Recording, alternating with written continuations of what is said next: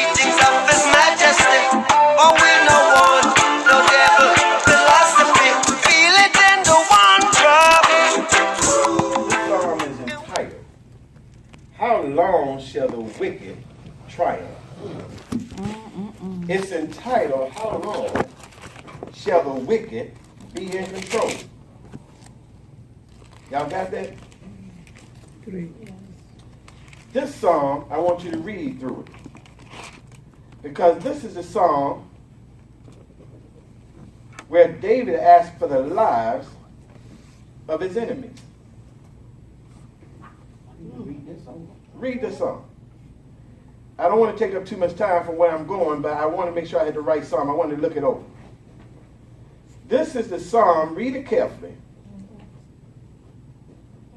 Verse 16, for instance. Who will rise up for me against the evildoers? Or who will stand up for me against the workers of iniquity? He's talking to his creator. Unless Yahweh has been my help, my soul had almost dwelt in silence. You call on your creator in time of need.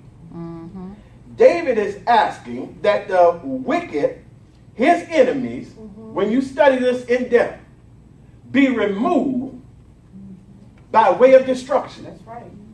In other words, he didn't ask God to bless America. No. For what? In other Psalms, David asked the Creator for the blood of his enemies. Did y'all hear what I said? David was a prophet. David was a king. David was a righteous man. David was upright. David was an example for one who came later called Yeshua. And throughout the Psalm, the 119 Psalm, David only wrote 73 or 79 of them. He didn't write all the Psalms, but he wrote the majority of them. And in most of his Psalms, which are prayers, David said, give me the blood, that means the life, of my enemies. We want to worship Yahweh always in love. But you got to worship your God in instruction that is given according to the law that is established. That's where we are failing today. That's why the SUA constantly calls on unity. It needs the power of the unified body, because Yahweh didn't say, son Ahmad, son Dr. Jackson, Neal Jackson, whatever you ask, I'm going to do it. He said, no, my children. See, we can't defeat the white man until we're a collective body. That's why divide and conquer is so necessary for him. That man knows his time has been up. But he knows as long as you don't ever unify your body, he prolonged his time on the earth. All of their sins are now our bad habits. Yes, sir. This KB slept with dogs, now a bad habit. Rome was built on homosexuality, our bad habit. His women practiced lesbianism, now our bad habit. He has always been a drunkard, our bad habit. He's always been a drug addict, our bad habit. Marijuana is not new to the world. Marijuana is ancient. Nowhere in history do you find anyone taking cannabis and getting stoned with it until the European came. Opium has been in China for thousands of years. And there was never a record studied of Chinese addiction to opium until the British got hold of it. This man is able to corrupt everything on the planet and return it to you in the form of a bad habit called an addiction. You notice everything he put out is addicted? Addictive? Y'all know sugar really isn't bad for you, right? Correct. Right. But here in America, it's an addiction. How does this man get us hooked on everything in an addictive manner? Because we embrace this man's spirit. Let's go to the Quran in Surah 7. Surah 7 of the Quran. And let's go to verse 27. We ready for some reality today? Yes. Surah 7, verse 27. Who has their Qurans with us? Brother Sekou, you have it? Yes. All right, let's read Surah 7, verse 27. O children of Adam, let not the devil seduce you, as he expelled your parents from the garden, That's it. pulling off from them their clothing, that he might show them their shame. He surely sees you, he as well as his host, from whence you see them not. Surely we have made the devils to be the friends of those who believe not. Hallelujah. Now his version of the Quran says something different from mine. That's why I wanted to make sure I had it. Mine too. Sister Nalinga, let's see if we bear witness to the same thing. Where it says host, mine used the plural form Satans. Oh, excuse me. Let me remove that. I didn't even put that there. Yeah, we need the Satans. The Satans. Do not let the devil deceive you as he did your first parents. Then it goes on after saying the devil and use the devils or the Satans. See, we missed that God is a spirit, but God is also flesh. Satan is a spirit, but Satan is also flesh. See, there is a being that rules the spirit realm. Then there are the gods that rule the physical realm. But the gods no longer rule the physical realm because the gods have given all their power to the Satans. The Quran tell you you're dealing with some devils. And we can't see these devils. Why can't we see them? Because the Quran said they see you from places in which you don't see them. What does that mean? While you embracing them in love, they're watching you secretly. That's right. Playing. And while you marching with them down the street, they have their private meetings on what's next. Yeah. See, we don't understand that the white man, the white woman, and even the white baby is crafty. Yes. Yes, it is. Yes. Yes. Yeah. Sir. Yeah. That white baby is crafty. They have done actual studies, YouTube it, where they have taken toddlers and put melanated toddlers in a room to play, and they play graciously. And they sit in one little devil. And the next thing you know, chaos breaks out. How does it happen? There's a different spirit Absolutely. in the room. Definitely. These are, YouTube it. I've been doing it for years, seeing it. Different studies. The children, black, what you call brown, red, and yellow, play in harmony. But when that one white child comes in, not instantly, it takes a little time. But that one white child will create chaos. We're dealing with, as Dr. Malachi York say, a what? Disagreeable spirit. In their nature, they cannot agree with you. So this is why the Creator said they had an appointed time. In the Bible and in the Quran, Satan says to the Creator, give me a time in which to deceive them. And he gave them Satan time on the planet. He said, but then your time is going to be up. Then the children will do what they're supposed to do. Lo and behold, we didn't do it. Because we fell in love with what? The disagreeable spirit. We love to be disagreeable. Do we not? Evidently so. That's what keeps us from unifying. The simple fact that when we come together, and if I say everybody in Richmond, let's put up $1, and let's go clean up one community first and start at the next. Because if every black person in Richmond put up $1, we'd have way over $1 million. But we wouldn't be able to do that. Why? All the disagreeable spirits. Well, whose community we going to start with first? Who's holding the money? Who's holding the money? Who's holding the money? Yep. What bank we putting it in? Who's the treasurer? Blah, blah, blah. Well, I don't want to give $1. I want to give 10 so I can be in charge. Brother, everybody put up $1. We just need one.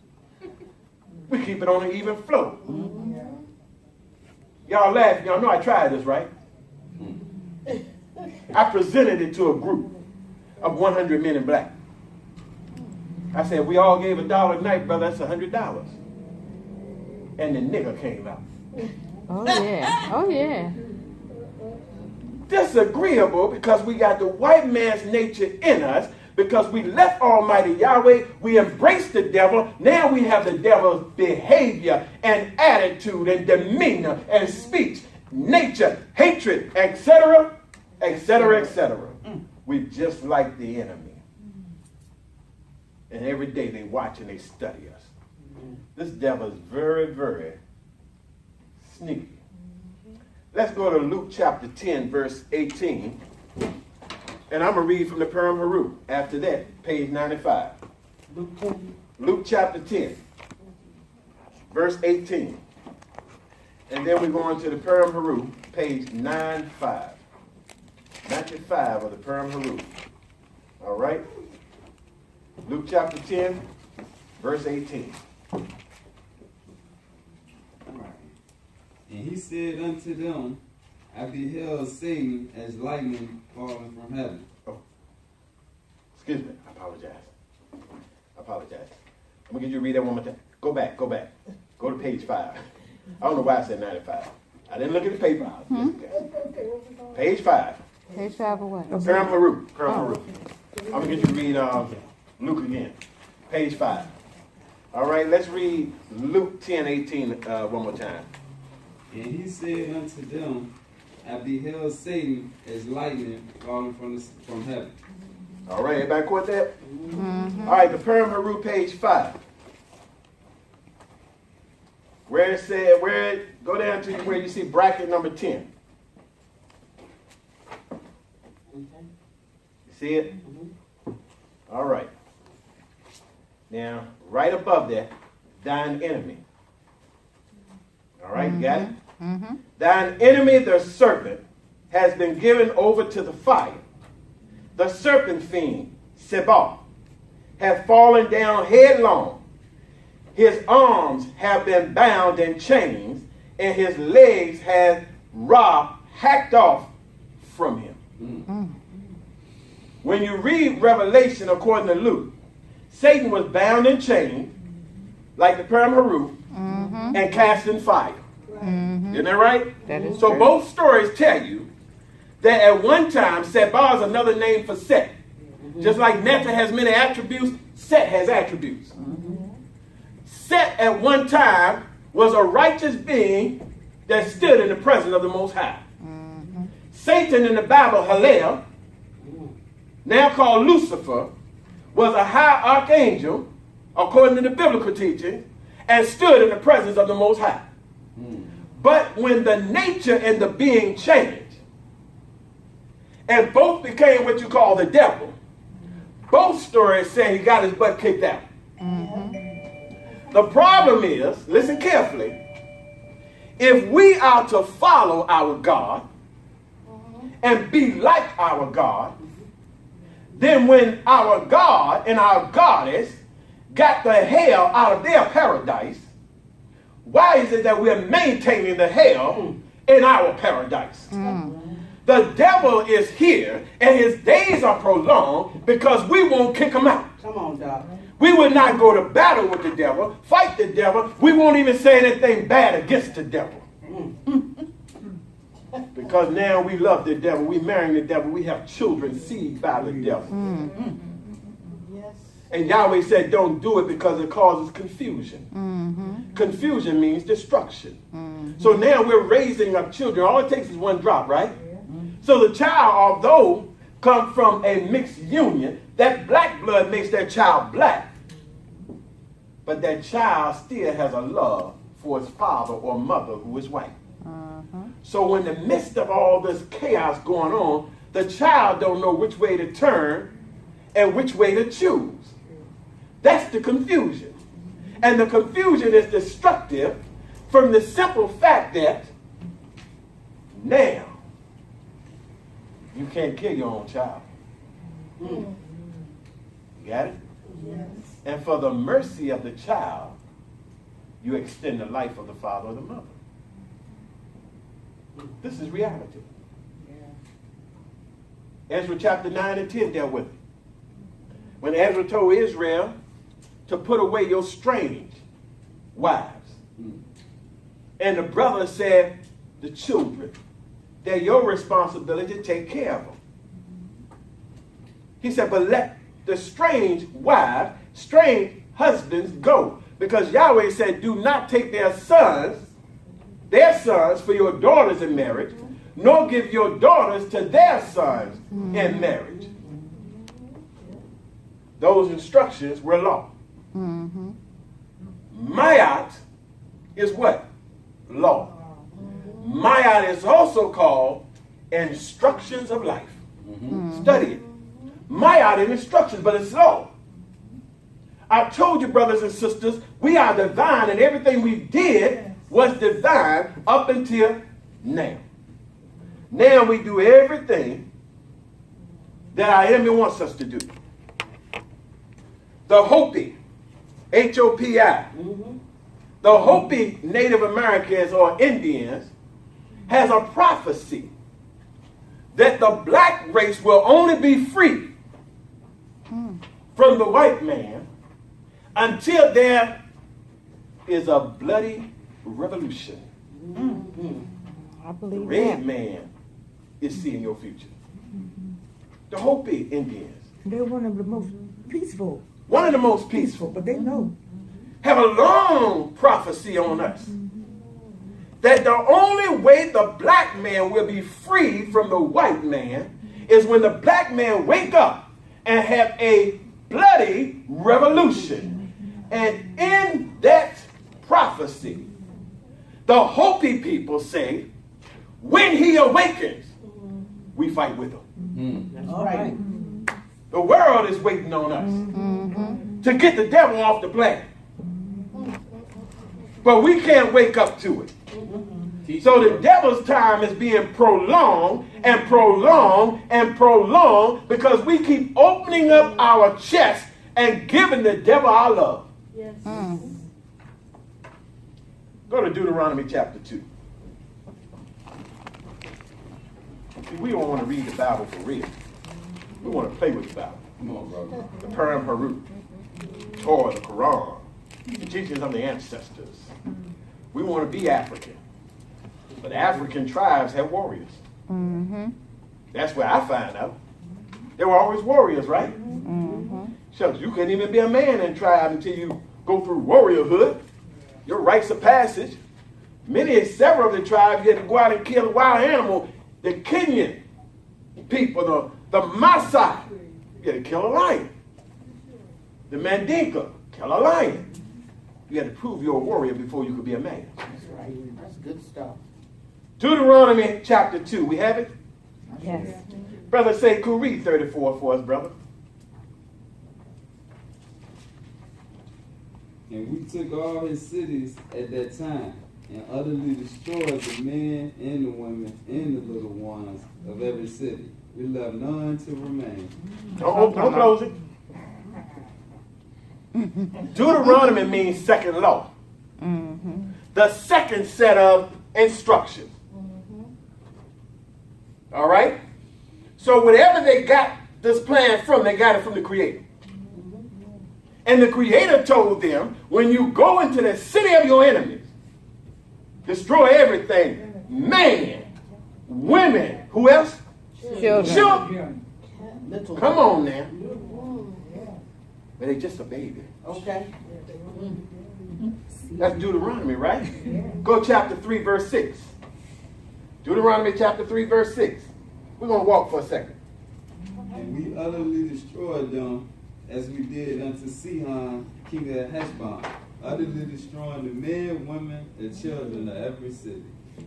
Wait a minute. These are the people of God. This is the second time they said they did this. They said we did this first in Sihon.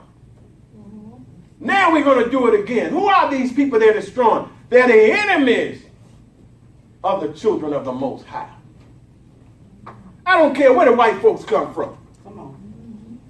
They can say they poor like you and be in the hood with you, but they belong with the enemy. You get rid of all the enemies. You don't favor one over the other. That's right. Go to Deuteronomy chapter 20. We're going to read verses 16 through 18. Deuteronomy 20, 16 through 18. Now, this is the God of Israel. This is the God that the Christians say they pray to. Y'all got to understand this. This is their loving God. Where's the love in there? It's all in there. Because only love will direct you to kill the person trying to kill you. I love my life too much to be killed by my enemy. Therefore, I have to take my enemy first. Isn't that correct? Amen. Deuteronomy chapter 20, verses 16 through 18. For of the cities of these people, which Yahweh thy God doth give thee for an inheritance, thou shalt save alive nothing that breatheth. Come on, brother. Thou shalt utterly destroy them, namely the Hittites, the Amorites, the Canaanites, the Perizzites, the Hittites, the Jebusites, as Yahweh the God had commanded thee, that they teach you not to do after all their abominations, which they have done unto their gods. So shall ye sin against Yahweh your God. Yahweh said when it comes to your enemy, leave no breath in them. That's a powerful thing. I don't want to see their chest go up and down anymore. He said, leave no breath. We think this is a terrible thing, but every day they put you in a position where they murder you and leave no breath in you. Yeah, they do. And we don't seem to understand Men, women, and children. that they're doing to us what the Creator told us to do to them. Yeah. They're killing our men, they're killing our women, they're killing our children. They leave no breath. None. How much breath does Trayvon Martin now have? None. Help us. What about Michael Brown, None. Emmett Till, None. Sandra Bland, None. the many others we can go on and keep naming? How much breath do they have? Their bodies are now decaying in the earth. Oh, Lord. And we keep praying, Lord, bless my enemies.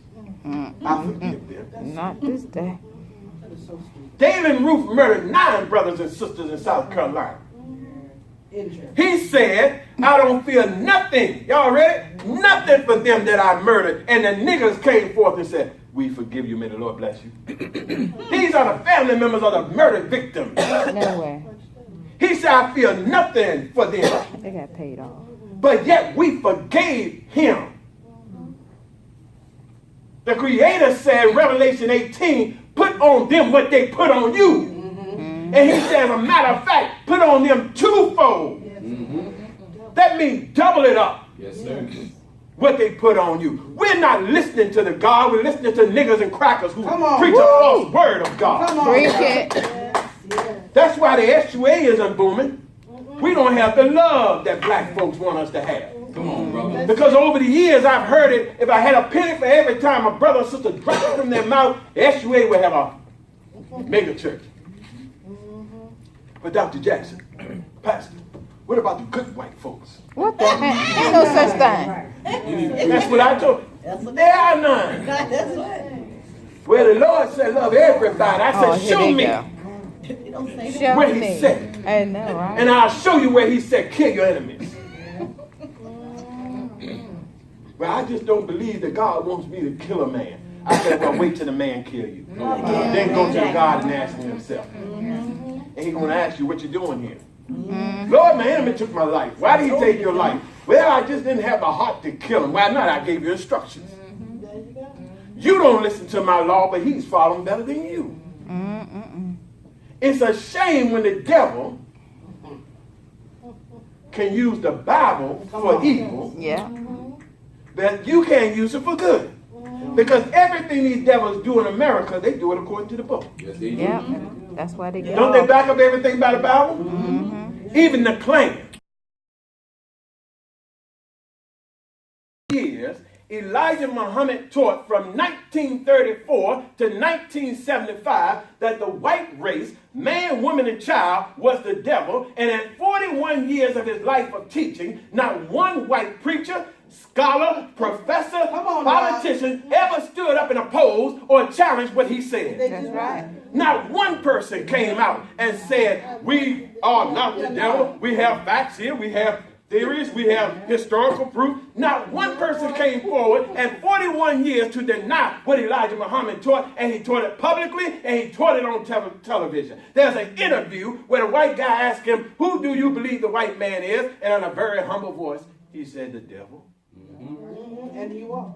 And he said, you really believe that the white race is the devil? And Elijah Muhammad's quiet voice said, yes, sir. And the white man didn't say anything. He went to the next question. He knows. That devil know he's the devil. We don't know he's the devil because we want to make him a part of the human family. And there's nothing human about this Caucasian. There's nothing human about his filth, his diseased body, his sick mind, or his evil ways. There's nothing divine about him. I've been studying him myself for 33 years, and I can't find anything divine in this devil. Every good act I study that he does has a master evil plan behind it. Yes, he does. Nothing is out of love. Nothing is truly out of compassion. It's out of profit and destruction. If he can't profit from it, his plan is to destroy it. You can't run from the devil. No. You got to stand up and fight.